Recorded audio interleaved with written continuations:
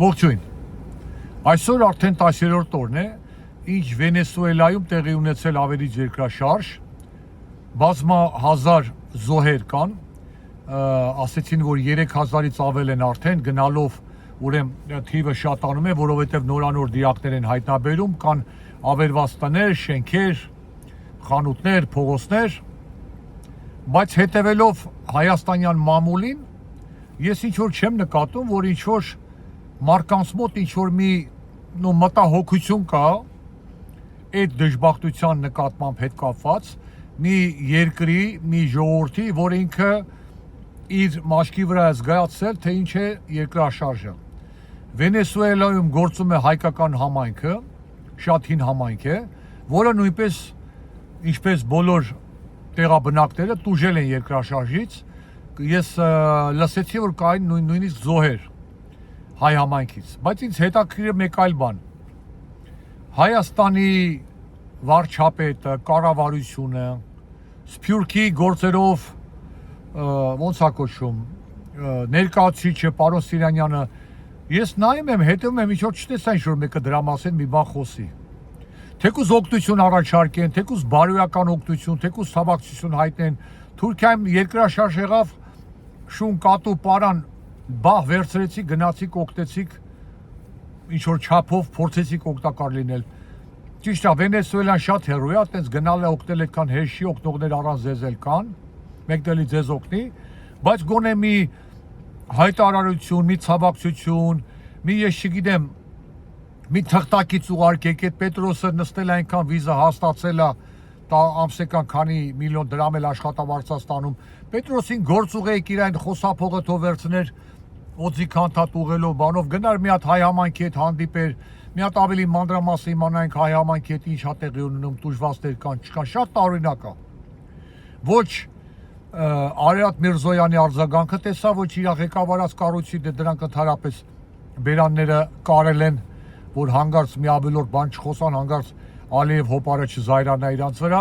Պարոն Սինանյանի էջնել նայեցին իր ղեկավարած կառույցի, ինքը գտնվում արդեն բավականին երկար ժամանակ Հունաստան, գործնական հանդիպումներով, երևի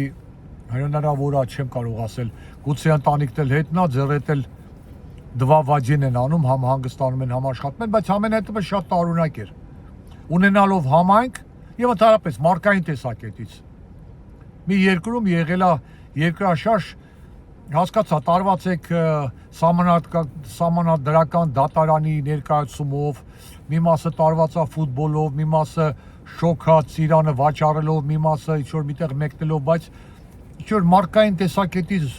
դժբախտություն է եղել, դուք էլ են ազգն եք, են երկիրն եք, որ դուք տեսել եք Վենեսուելայից էլ 10 անգամ ավելի շատ զոհ եք ունեցել, մի հատ, մի մամուլ, մի լրագրող աշխատող, տափակ հարցեր տվող, մի հատ դրա մասին երկտող չգրեն, մի ցավակցություն չհայտեն, եթե արել են, շնորհակալություն նրանց, բայց ես ինչ-որ չեմ նկատել, դե կառավարությունն էլ շատ զարմանալի է, որ կառավարության ուրեմն մակարդակով ոչ մի արձագանք չկա։ Ափսոսում եմ։ Ես տարբեր աղբյուրներով հետևում եմ, տարբեր աղբյուրներով կապնվեցի հայ համայնքի հետ, իմ աջակցությունը հայտնեցի, իմ ցավակցությունը հայտնեցի, ինչ ասեմ, իմ հույսն ու հավատը հայտնեցի, որ իրանք միամուռ են, կանգուն են իրար օգնելով, ժապավանները կան, ժապավենը տեսագրությունը կա համացանցով, որ հայ կանայք, հայ համայնքի Վենեսուելայի ուտելիք են եփում, պատրաստում, բաժանում են ուրեմն փրկվածներին, փրկարարներին, դա արդեն տիպիկ հայկական շատ ձև է, հա, գթասրտությունը, մոտիկին հասնելը, բայց ավելի շատ ոնց որ երևում է հատուկ է Հայաստանից դուրս ապրող հայերին, Հայաստանում ինչ-որ քար լռություն է։ Նորից եմ ասում, գուցե եղել է պաշտոնական հայտարարություն, բաց եմ թողել, բայց իմ կարծիքով շատ զարմանում եմ, որ